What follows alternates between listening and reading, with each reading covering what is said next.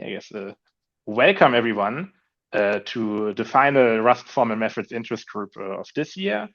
And today we're going to have Opal, who's going to talk about Soteria Rust. Take it away. Thank you. Hi, so I'm Opal. I'm working at Imperial under the supervision of Azalea Rad and Sasha Eliayoun, and I'm going to present Soteria Rust, which is the tool I've been working on since February this year. So what Soteria Rust is, it is a symbolic execution tool, very similar to Kani, if you're familiar with it, that is designed for under-approximate bug catching and also designed to be semantically correct. What the first part of the sentence here means is that it's designed to be under approximate in the sense that any bug it reports is guaranteed to actually be a problem in the program, be it undefined behavior or something else. And for the latter part, it's designed to be semantically correct, meaning we're aiming at doing analysis at the level of Rust and be as close as the truth of what the Rust semantics are as possible. So the motivation is that we wanted to first have a tool that is capable of symbolic execution, much like unlike Miri, for instance, which is a concrete tool, to improve code coverage for tests. We also wanted semantic correctness. This is, for instance, not the case with Kani entirely, because Kani relies on a translation from Rust to CBMC, which is a C model checker. And we wanted to do it on Rust to be able to have accurate diagnostics and be able to detect errors that are unique to Rust. Finally, we wanted a tool that is performant and scalable. And I'll get into the details of this at the very end. But the goal of this tool is to be able to scale to the whole ecosystem and to be able to run tests on any crate out there. So that's for the objectives. It must be push button, so as easy to use as possible with minimal annotations, easy to use and fast. We want to cover all of Rust, or as much of it as we can. Currently, we support all of it except foreign function interfaces, concurrency, which we're working on, vector operations, and OS interactions. We're capable of detecting overflows, lots of different kinds of undefined behavior, value validity, memory leaks, as well as aliasing errors with tree borrows, which I'll talk about more later on. Finally, as for the current results of our tool, which is 10 months old, basically, we pass 80% of the test suite for Miri that is relevant to us, as well as 90% of the Kani test suites. Finally, we're also faster than Kani on some tests in our own suite, which is kind of the state of the art in terms of symbolic model checkers. Now let's go through a small demo of how Soteria Rust works. So here we have this very small example where we had a saturating add implementation for U32. You'll notice here at first that we use Kani : : This is the interface that Kani has. And the goal of this, of us being able to use it, is basically that it's already a tool that's used out there in the wild. And so we want any user that currently has tests written for Kani to be able to seamlessly use, try out, or even switch to Soteria Rust, and all the tests should run the same. So what this test here is doing is we're generating two non-deterministic integers. So basically here, A and B will represent any valid U32 integer. And then we want to check if their addition is less than the max. So if the addition doesn't overflow, then we return the sum, and otherwise we return the max value for U32. Of course, this actually doesn't work because here, if this addition overflows, simply calculating the sum is already by itself either a panic in debug mode or a wrapping operation in release mode. So this will not work. Instead, a fixed implementation would just flip the addition here and instead do a subtraction with B, for instance. So this is a right way of seeing if A plus B will overflow a U32. And now we can also check if the tool works. So we're going to here run this command. I'm going to just run these two first. It's going to compile here. And as you would expect, we get the outcomes we wanted.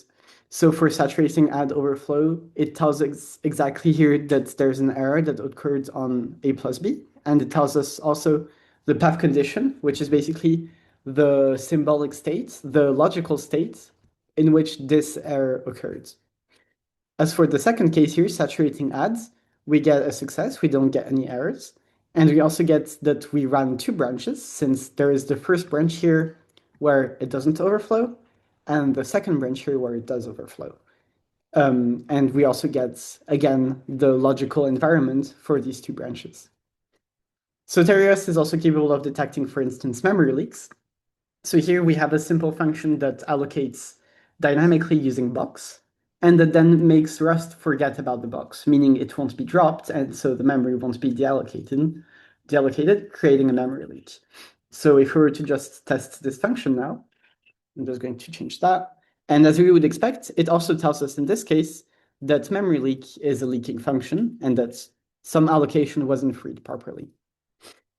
Finally here, for a more interesting example, we have our own enum for options with a non-case and a sum case, which is what Rust has.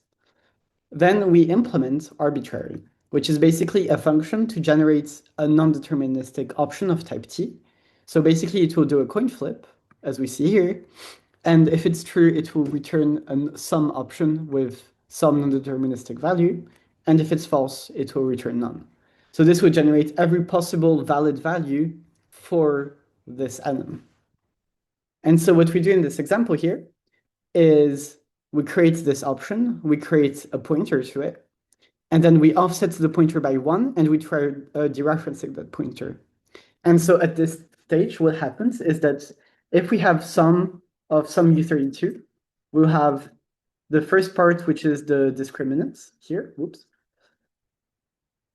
And then we'll have the second part, which is the actual value inside. So here, this offset will properly read the value. However, of course, if we have none, what will happen is that we'll have, again, a discriminant, but here we will have an initialized memory. And so, as we should expect, our tool should report an error here. So if we run it here, again, as we would expect, we get properly an initialized memory access here for the symbolic test case. So those are two very simple examples, memory leaks and initialized memory accesses, of tests that Kani is currently not capable of detecting as well. So Kani is only capable of some overflow checks, and a limited amount of undefined behavior.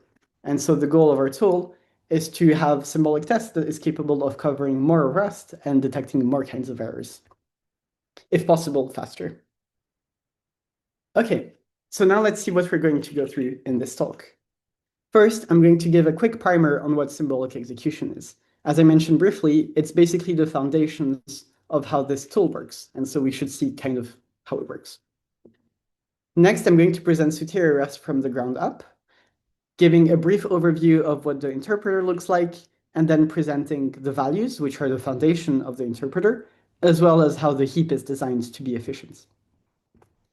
Finally, I'm going to show some evaluation we did for our tool to compare it with Kani and Miri, and also present what's next for the tool and the current research we're working on. So for symbolic execution, the idea of symbolic execution is that rather than running a test with concrete values and only exploring one path of execution, you run a test with symbolic values that can cover any possible value, and then at each branching point, you restrict your path to the possible values for this path. So here we have a very simple example where we check if x is less than 0, if it is, we negate it, and then we ensure that x is greater than or equal to 0. So how this would be tested in symbolic execution is first here we start with the variable x, storing the value, the symbolic value x0. So this is basically just some abstract value that can hold any integer in this case. And here the path condition, which are the constraints on the system, is basically true. So there are no pre-existing constraints on x. We then reach the first branching point, which is if x is less than 0, at which point our symbolic execution has two options, either taking the if case, in which case the value x0 over here is less than 0, or taking the else case, in which case x0 is greater than or equal to 0. We're first going to look at the if case. So here, what we're going to do is enter the if statement and add to our path condition that x0, so our value here, x0, is less than 0.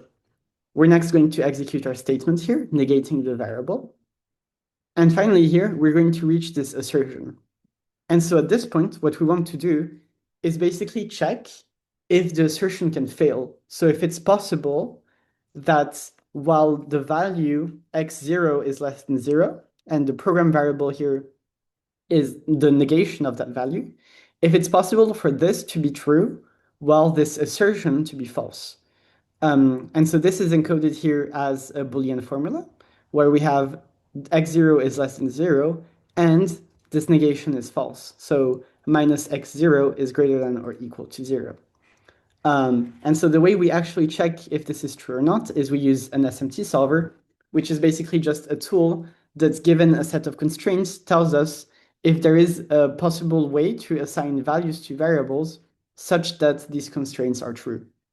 In this case here, there is no possible value such that x is less than 0 and the negation of x is not greater than or equal to 0.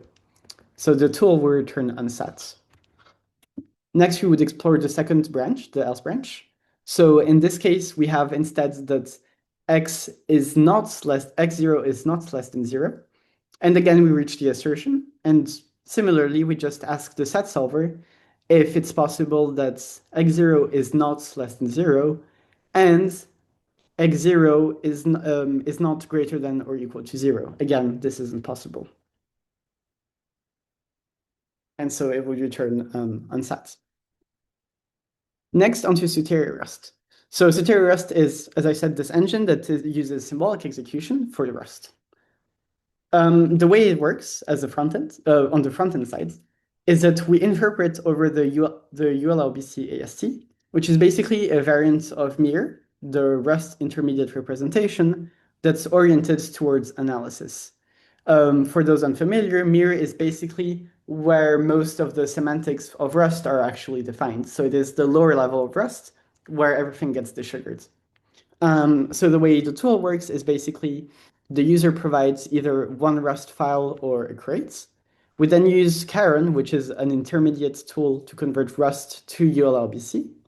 And then this ULLBC is passed to Soteria Rust, our Rust interpreter, which is built on top of the Soteria library, which itself is written in OCaml. So this is what executing a statement looks like. This is, of course, for the easiest case where we have an op, so we don't have to do anything and we just return. However, things don't really get more complicated as we reach more complicated statements. If we look, for instance, at an assignment, it's trivial, it's very straightforward. An assignment is just an assignment of some R value to a place. So to interpret it, we simply resolve the place. We evaluate this R value, which could be an operator, a cast, a transmute, or something else. And then we simply use the state to store at the place we have, that pointer, that value. And that's basically all there is to it. And nothing gets more complicated, nothing gets surprising. It's the same for every other statement. So here we have a storage live, and it's the same thing. We get the variable, if it's allocated, we deallocate it, and then we allocate a new address for this variable. And that's kind of it. Nothing gets surprising either with, for instance, if statements, where we have here a discriminant that we evaluate. And then if we have an if-else statement, for instance, we first cast this discriminant to a Boolean. And then if the Boolean is true, we execute the if block. And if it's false, we execute the else block. You'll notice here that we have some surprising syntax if you're not familiar with OCaml or just this tool in general. So as for the top part here, we have what is called a let binding. So to put it in short, although we have a symbolic execution engine, so we do symbolic execution with branches, we want our engine to remain readable and to look as close to an actual concrete engine as possible. The way we do this is we have a symbolic execution monad. And what this let binding allows us to do is to compose different computations using this monad. So in this case, maybe eval operand is going to branch depending on the value of Discord.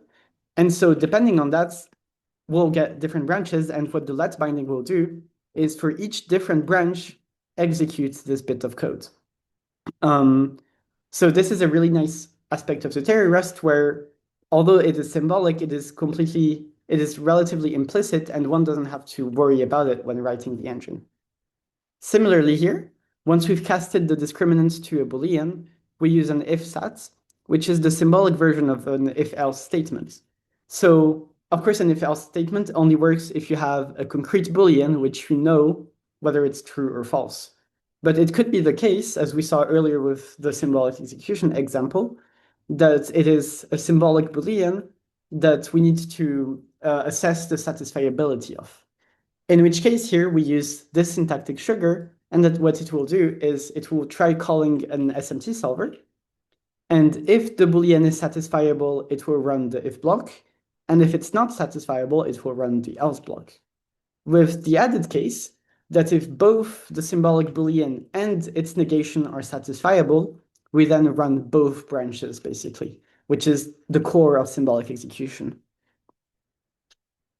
Now you might wonder here what the values we're manipulating are, as well as what is the state that is clearly implicit throughout this execution. So I'm first going to present the values used in the engine, and next the state that is built on top of them.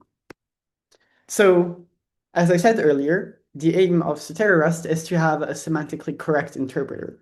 So we want our engine to be as close to the truth of what the semantics of Rust are as possible. Because the values are essential to the engine, they're at the core of it and everything relies on them, we need to make sure that we get them right and that we have made the right choices. Thankfully for us, we actually don't have to do any choices in this case. There are pre-existing Rust semantics called MiniRust, which already defines a set of values we can reuse.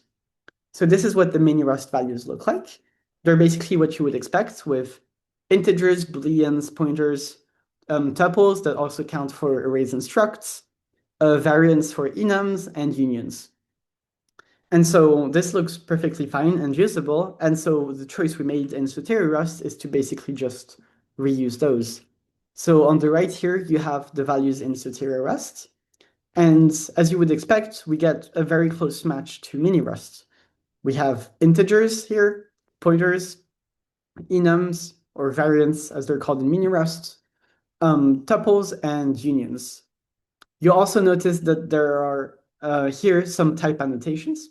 So the way the engine works is we use some ghost typing, which is a trick that comes with OCaml to allow us at compile time to do some type checking of the values at runtime.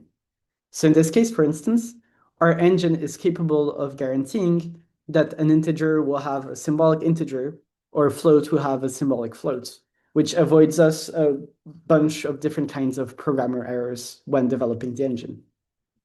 You also notice here that we have a couple mismatches. First of all, we do not have a Boolean value in Soteria Rust. This was an efficiency choice. Basically, because a Boolean in Rust is already just a byte that only has the values 1 and 0 as valid values, we choose to only represent Booleans as an 8-bit integer, and we do those validity checks when reading or writing those Booleans.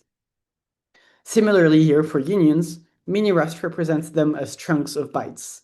However, that is relatively inefficient in a symbolic execution engine because that requires you to split all your values in bytes and concatenates them together whenever you're reading something else from them. This is going to be relatively slow and complicated, in particular when your bytes are symbolic and you don't actually know what they represent. So instead of doing this, a simpler solution we opted for is that a union is just a list of values at different offsets. It gives us the same capabilities that the unions in MiniRust have, while avoiding the performance cost of byte splitting, as well as other corner cases that are harder to handle. So that was for values, and our main goal was being semantically correct. However, for the heap, although semantic correctness is still our main goal, what matters a lot is efficiency. The heap is used extensively in Rust, of course, and is used basically on every operation when you read or write a value. So you need it to be extremely efficient since it's going to have a significant impact on your execution. If you look at what MiniRust does for the heap, you'll see that it just represents an allocation as a list of bytes. And that is problematic for the same reason as the union before. This is going to require splitting and merging all the time, which is going to be expensive and might incur additional costs with SMT solvers. However, an insight is that actually you don't always need to do any sort of byte splitting. Actually, when you're reading a specific type from memory or when you're writing it, you're usually only interested in the fields of those types. So for instance, if you have here a struct foo with a U32 and a U16, you're usually mostly only going to either read field A or write to it, or access field B.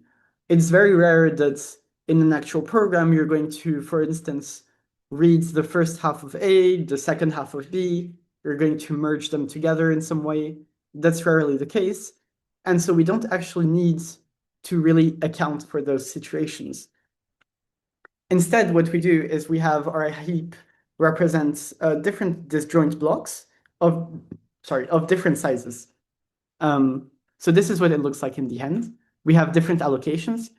Here, for instance, we have an array of bytes. So in this case, of course, we have to represent it as bytes since that's how it's going to be accessed. But for foo, we'll have two distinct blocks of different sizes. And here for a third allocation, we can also have a freed block, basically.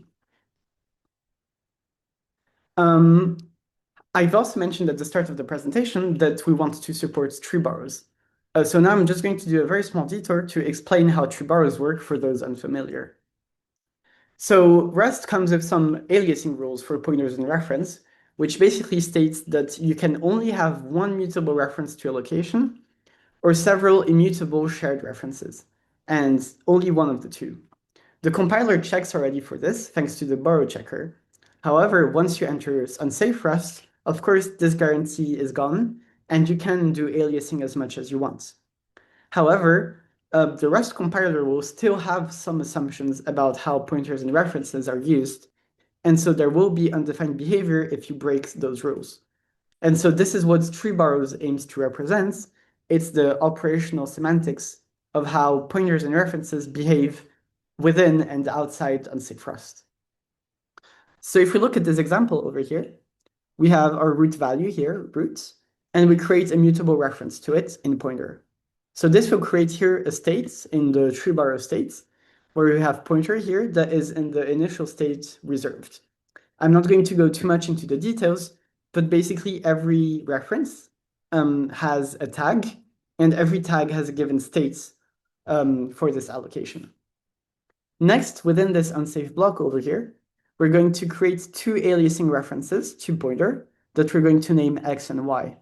And so at this point, we create a tree of references, thus the name tree borrows, where we have X and Y, which are both leaves of pointer. And they also start in the state reserved. Next here, we have an access on X, so a write access. And so what this would do is update the states of all other references. So in this case, pointer and X are going to become unique, and Y is going to become disabled, meaning it cannot be used further, since the developer has made the choice of using this reference, and there cannot be two aliasing mutable references. However, on the next line here, we try using Y, which was disabled and now became UB, meaning undefined behavior was reached. And so at this point, the compiler is free to, for instance, eliminate this write if it wants to. So as we saw here, we have two different types of information for tree borrows. We have the tree structure, which is shared for a whole allocation. So all references inherit from each other in the same way.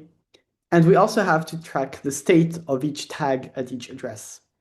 And something I haven't explained in the demonstration is that actually it doesn't, tree borrows doesn't store one state for the entire allocation, but actually allows each tag to have a different state in different ranges of a given allocation. That means we have two different kinds of information that are at two different levels. The relationship is a per allocation information, while the state of each tag is a per offset information. And this matches already quite well the shape of our heap, where we have allocations at the top, and then smaller disjoints, ranges of memory for values. So we can just actually store these two pieces of information right there. We'll have the tag tree, as we call it, next to each allocation, and a map from tag to state within each leaf here, within each block. And this not only works for tree borrows really well and satisfies the model expected of tree borrows, is also actually surprisingly performant, since whenever, for instance, here you're doing an access on A, the tags you want to update the state of are only in this map. So you don't need to traverse anything else in the tree or go look for any sort of complementary information to update it. All your information is already next to the value you're accessing, which is extremely convenient. So that was the heap. Now I'm going to finally present some smaller details of Soteria Rust that make the engine more performant and easier to develop.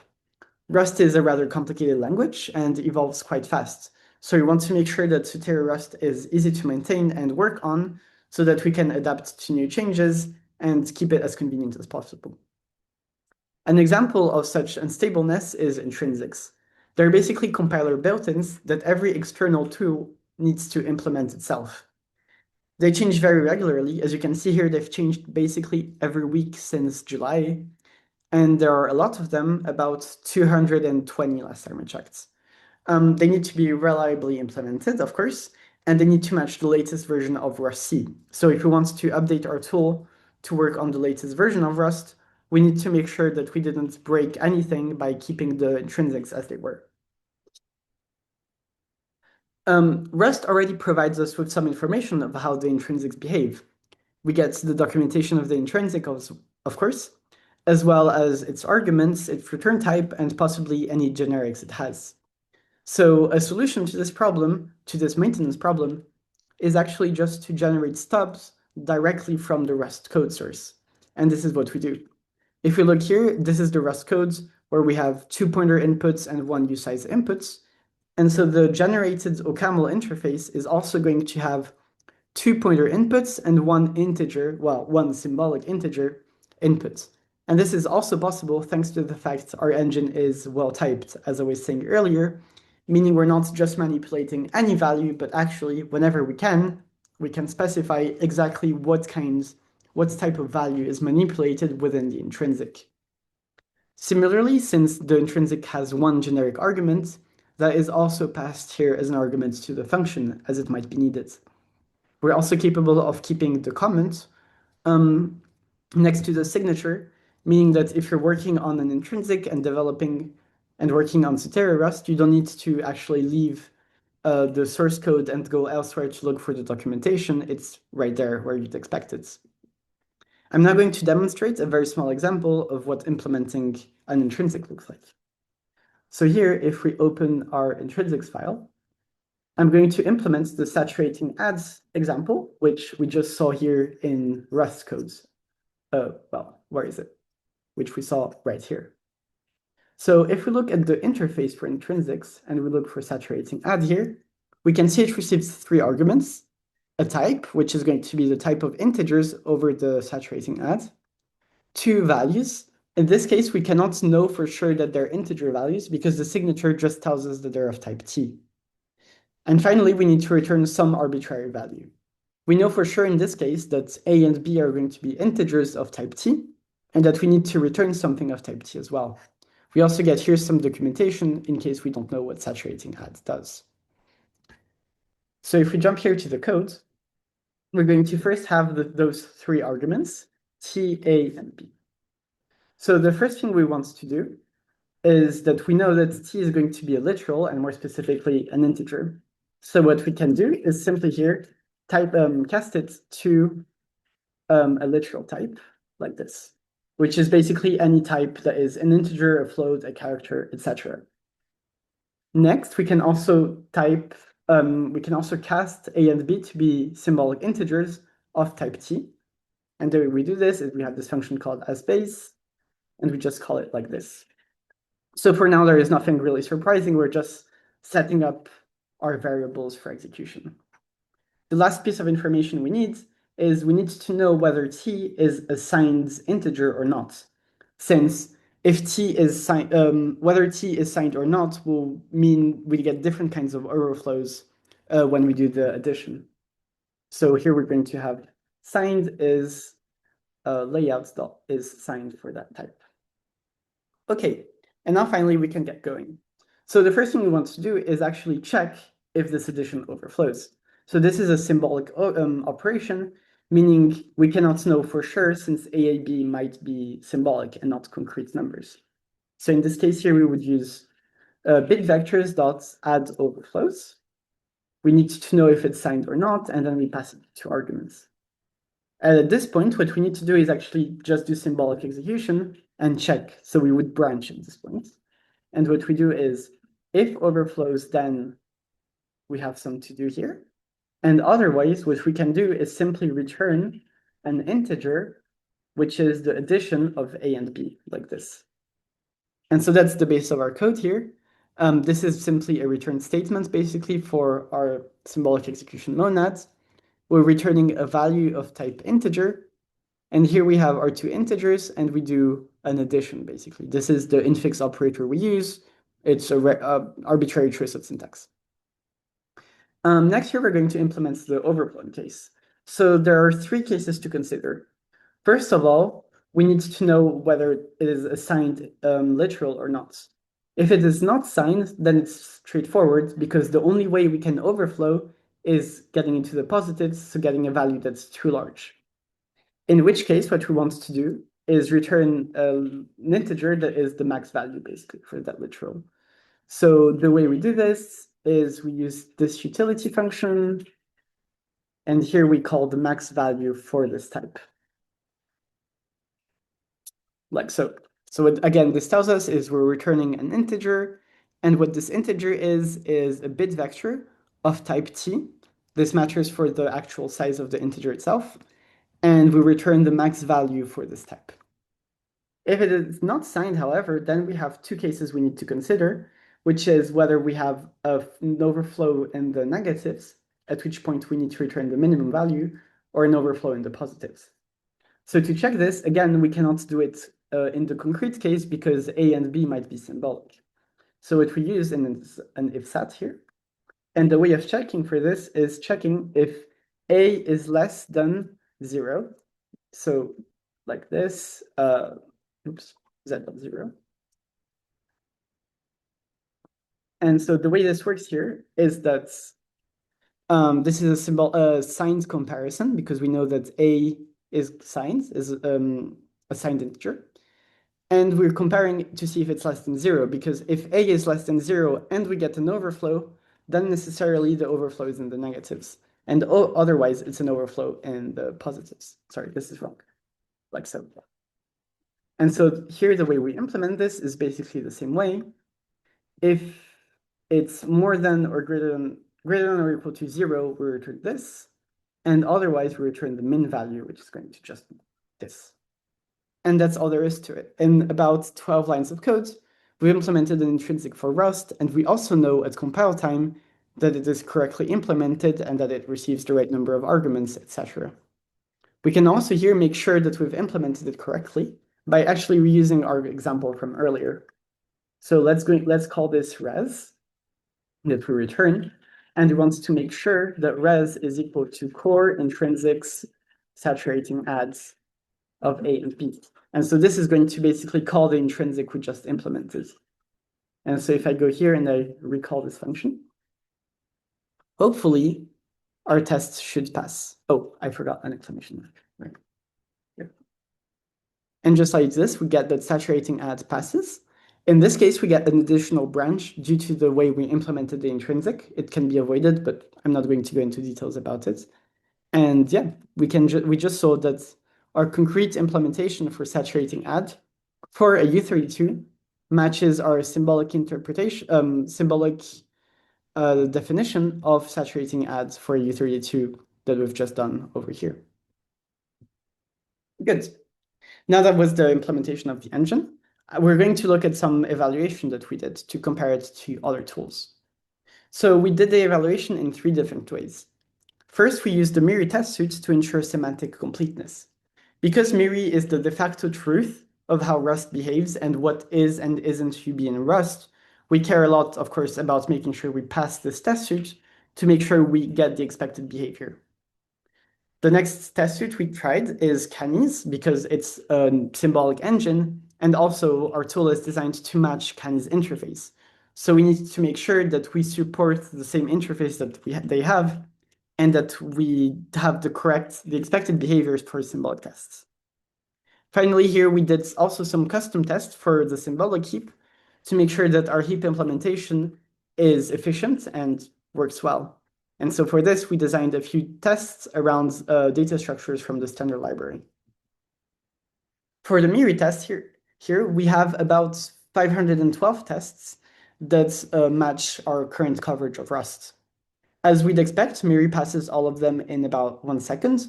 This is because MIRI is a concrete tool written in Rust. It's of course going to be extremely performant, and it's going to pass all of its tests because those tests are designed for MIRI. Next here we have Soteria Rust, which passes all the tests in about 400, which passes about 400 of those tests. So that's about 80% of them. And finally comes Kani passing 200 of them, so about 40%. As you'll notice here, Kani has a very large amount of crashes, about 200, and this is because it is not capable of doing some validity checks or uninitialized memory access checks over a quite significant subset of Rust. Soteria Rust also has its flaws, of course. We fail on about 69 tests, and we also crash on about 30 of them. These two are mostly due to either some unsupported features or because MIRI actually still does a few checks that we don't have. And so there are some tests that should fail that we pass because we just missed the tests, basically. Next, on to Kani. So as I said, we want to check conformance with the Kani interface. So this test suite has 414 tests, and we passed 370 of them. So that's about 90%. And we passed them reasonably fast. Next come MIRI, which passes a bit more than half of them and crashes on basically everything else. This is simply because the Kani test suite has both symbolic and concrete tests. And so MIRI passes basically all of the concrete tests in Kani, but of course crashes on any symbolic tests since it doesn't have support for them. And although while these two test suites are already very useful in order to compare ourselves with pre-existing tools, I'm now going to do a small detour to mention the idea of bias around test suites. And so as I mentioned earlier, these test suites come with the tools and they're part of their CI. What this means is that any test committed to the repository must pass. And similarly, it must pass in a reasonable amount of time. No one is going to commit a test to their repo that takes like an hour to pass because that's just going to be a waste of CI compute. This leads to a bias, however, because implicitly all the tests are written to the advantage of the tool they're written for. So if we look at this very simple example, which is a test to verify the behavior of the CityPop intrinsic in Kani. So for those that don't know, CityPop is an intrinsic that counts the number of set bits in an integer. For a U128, so a 128-bit integer, the way the test will work is it will loop from 0 to 128, and then for every bit, if the bit is not 0, it will increment the count by 1. However, this hits a particular weakness of Soteria Rust in this case, because for every if statement, we're actually going to branch and consider both branches, both when the bit is set to true and when the bit is set to false. This, however, will of course lead to 2 to the power of 128 branches, which is simply never going to complete, and the test is going to time out. However, we can do a very simple adjustment to the tests, such that instead we cast the Boolean to an integer, and then we simply add that to our counts, in which case Soteria Rust is not going to do any branching. And luckily for us, in the second case, we pass the test in 1 second, whereas Kani passes it in 14 seconds, and Kani passes the initial test in 24 seconds.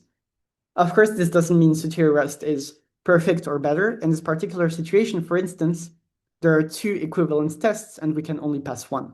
So there is clearly work to be done on this side. However, it still highlights the fact that some tests in those test suites for both Kani and MIRI are designed in a way that might hit some weaknesses from the other tools, meaning they pass less tests than they could, simply due to the design and the inherent bias from these tests. More interestingly, aside from the actual design of a test, there are also some bias because of the actual capabilities of the tool. For instance, Kani doesn't do any form of uninitialized value checks by default, meaning if you have an initialized value that is red, for instance, it's just going to return a non-deterministic value.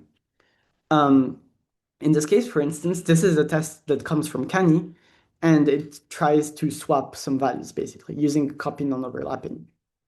You'll notice here that it uses mem.initialized, and this function is actually UB.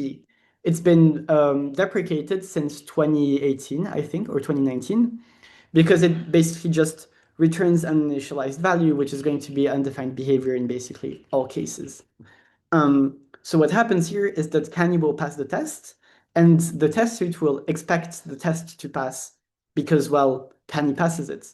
But actually, if you run this test with either Soteria Rust or with Miri, the test will fail.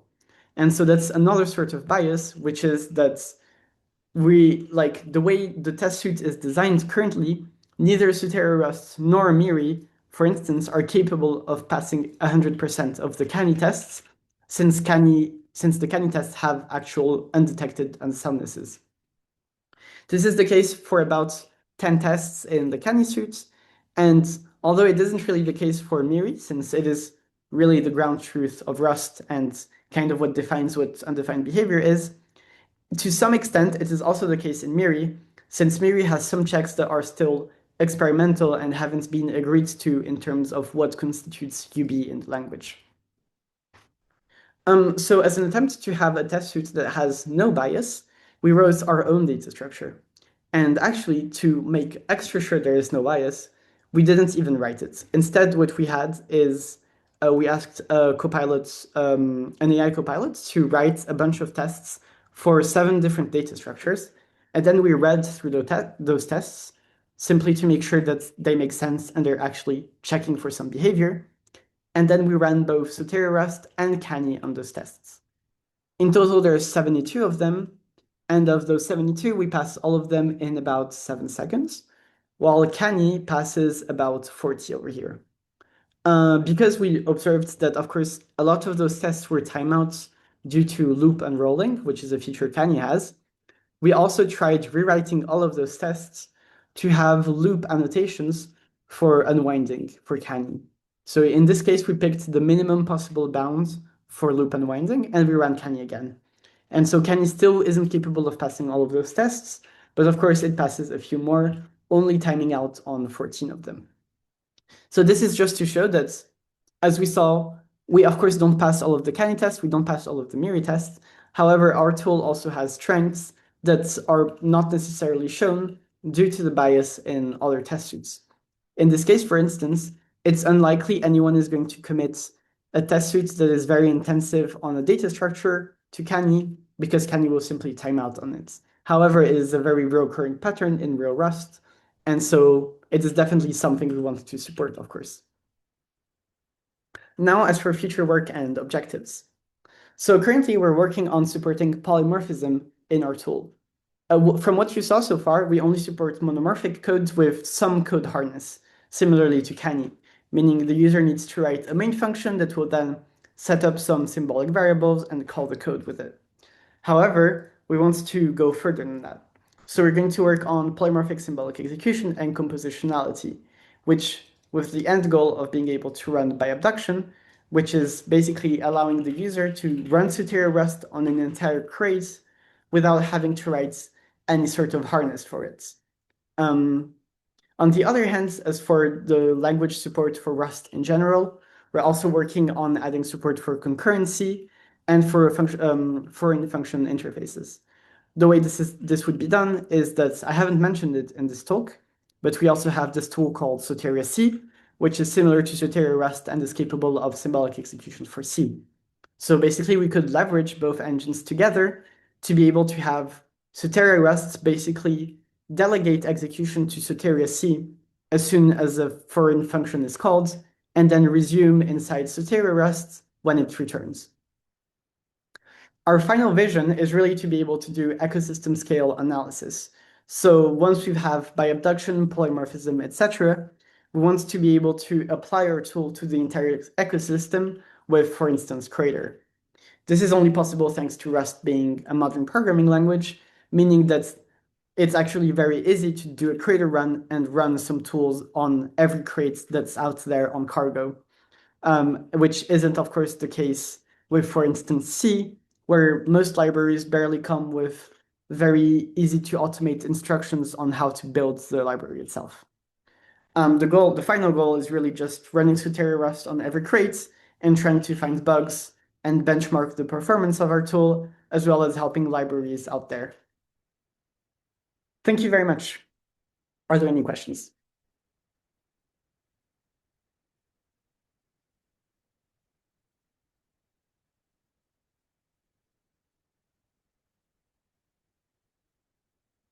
How are we on time? Okay, 13 minutes.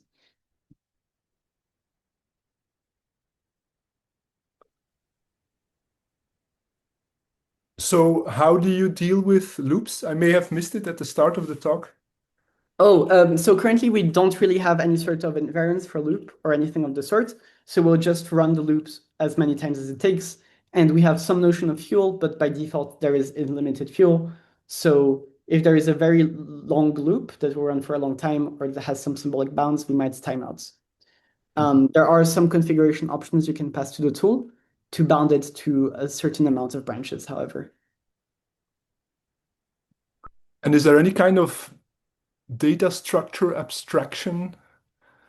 Or do you always unfold all calls? You go into all function So calls? currently we don't have any sort of compositionality, so we like actually do all the calls as they're done. But yes, once we have, as we saw here, once we have like compositionality and some form of by abduction, then yes, we'll be able to synthesize some specs for the functions. And then rather than calling the actual function body, just substitute the pre and post condition. Hmm. We're also looking at the current work on contracts for Rust. And hopefully once that's done a bit more, probably supports them with the tool, which would be really nice. Yeah. Yeah, Florian? Hi, thanks for the talk. Great to finally hear that Soteria Rust really has made it so far. I have a question about how well Soteria Rust can be used for the standard library, specifically with how much it can assume about the layout of data types. So currently we use a front end that basically just encodes all of the layouts within the AST, basically within the information passed with the AST. And then we just reuse that information. We don't do any sort of fancy layout assumptions or anything. So we just reuse that.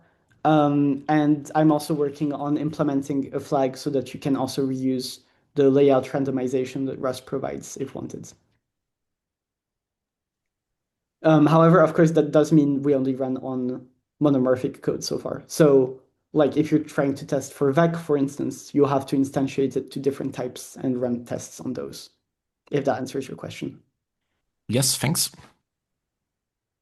Hi, sorry, my mic didn't work earlier when I was trying to say something. But there's a question from the chat, which is whether you've tried a creator run or what it would take to try one.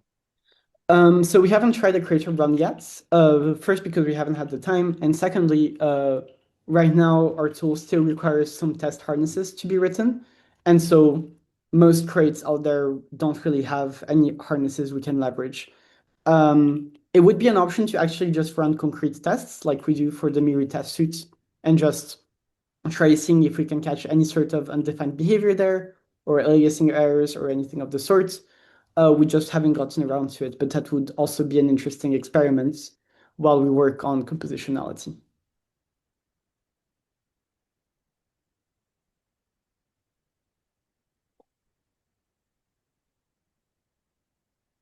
About how the definedness or not of the type can be symbolic.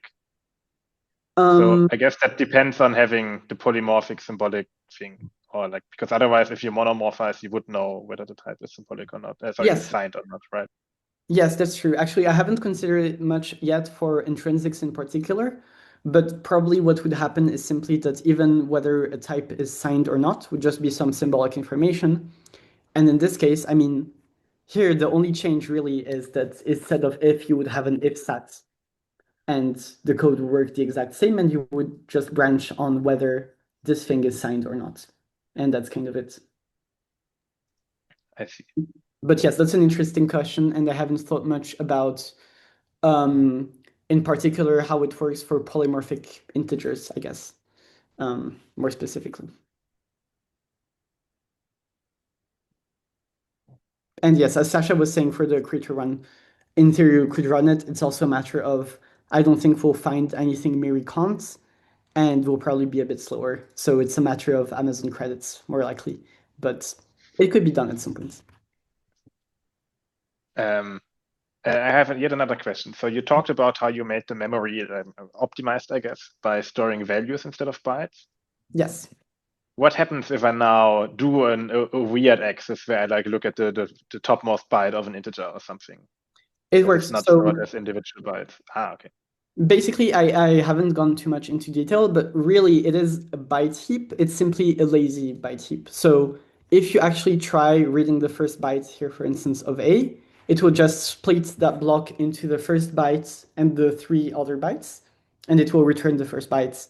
And then if you read A again, it will merge them again and return the whole value again. So you're not really losing information. It's simply a technique to be a bit more lazy and more efficient. But yes, that's also how we handle transmutation in the engine. We just create an allocation, we write with one type, we read with the other, and whatever merging or splitting is needed just happens automatically. All right. Cool.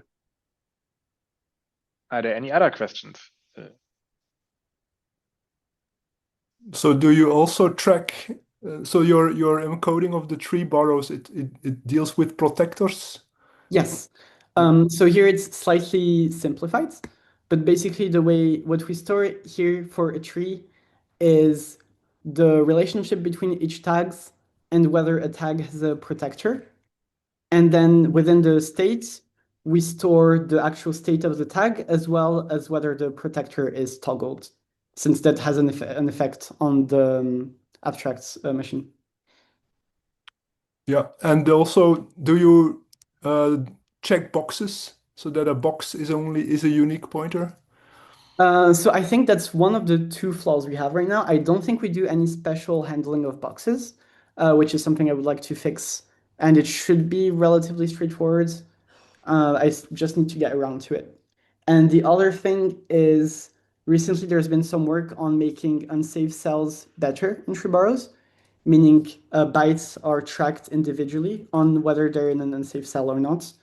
Currently, I don't do it. I just do it for the whole allocation, which is what's described in the paper, I believe.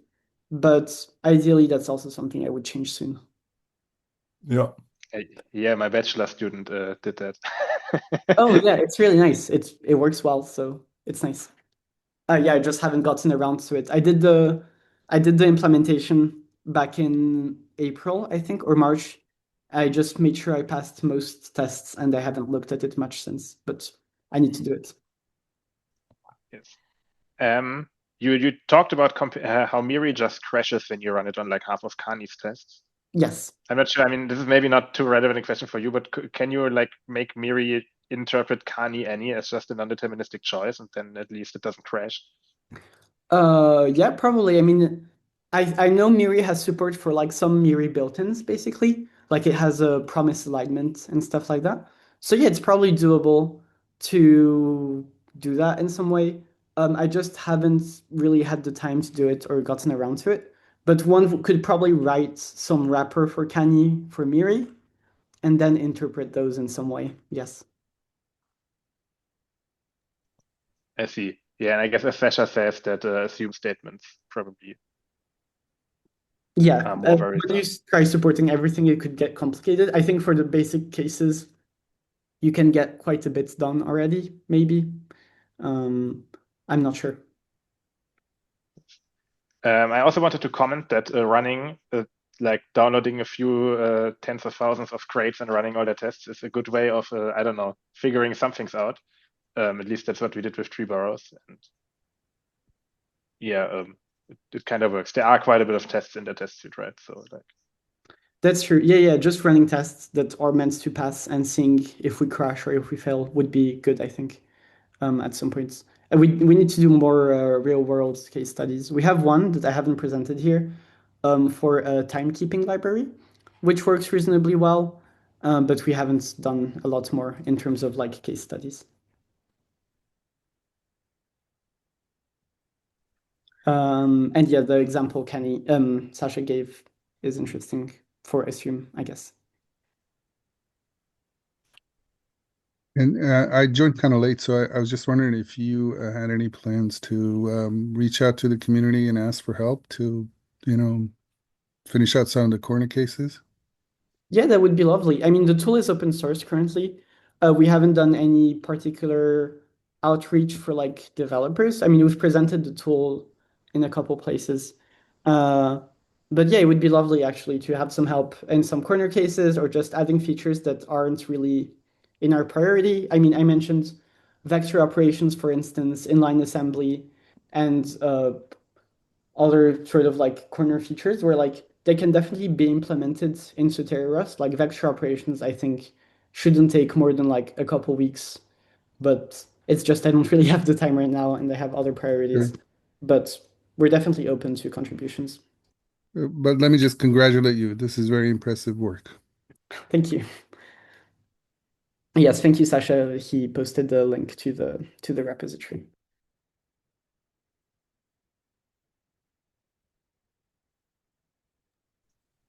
Okay. Any more questions? I guess not. Then Yeah, let's maybe all. Sorry. last one if we Sorry. still have time. Sure. So in terms of performance, so I'm trying to run Kani on big code bases, and the fun feature of Kani is that it scales with the total amount of code and not the code that's used, which is annoying in my case. And so I was wondering, like, how does this scale with it's only in the number of branches that are actually executed, right? Yes. There's two parts to the answer. So the first is, I mean, the front end we use, where is it? Here. I don't know how clear the graph makes it, but really a problem is really that what we receive is an entire AST encoded in JSON.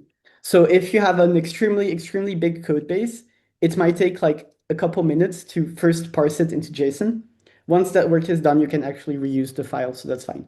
So there is a setup cost that depends only on the size of the code base itself. As for execution, it doesn't depend in any way on the size of the code base. So we only actually explore branches, functions as they are encountered.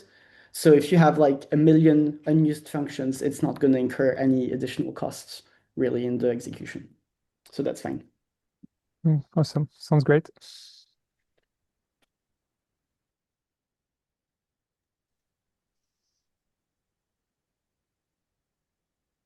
All right. Then I guess it's time to thank the speaker again. Thank you very much. And I wish all of you a happy holidays, a happy new year, and we'll hopefully see each other again in January. I forget the precise day, but I think it's the normal last month of the month. We'll have the next talk by, I think, what's his name? Liao, who will tell us a bit more about what is currently happening in Creusot. I think Xavier wanted to announce that, but he's not here right now. So I only know half of the details. There will be an announcement, Zulip thread soonish. So stay tuned for that. And I guess see you all. Bye.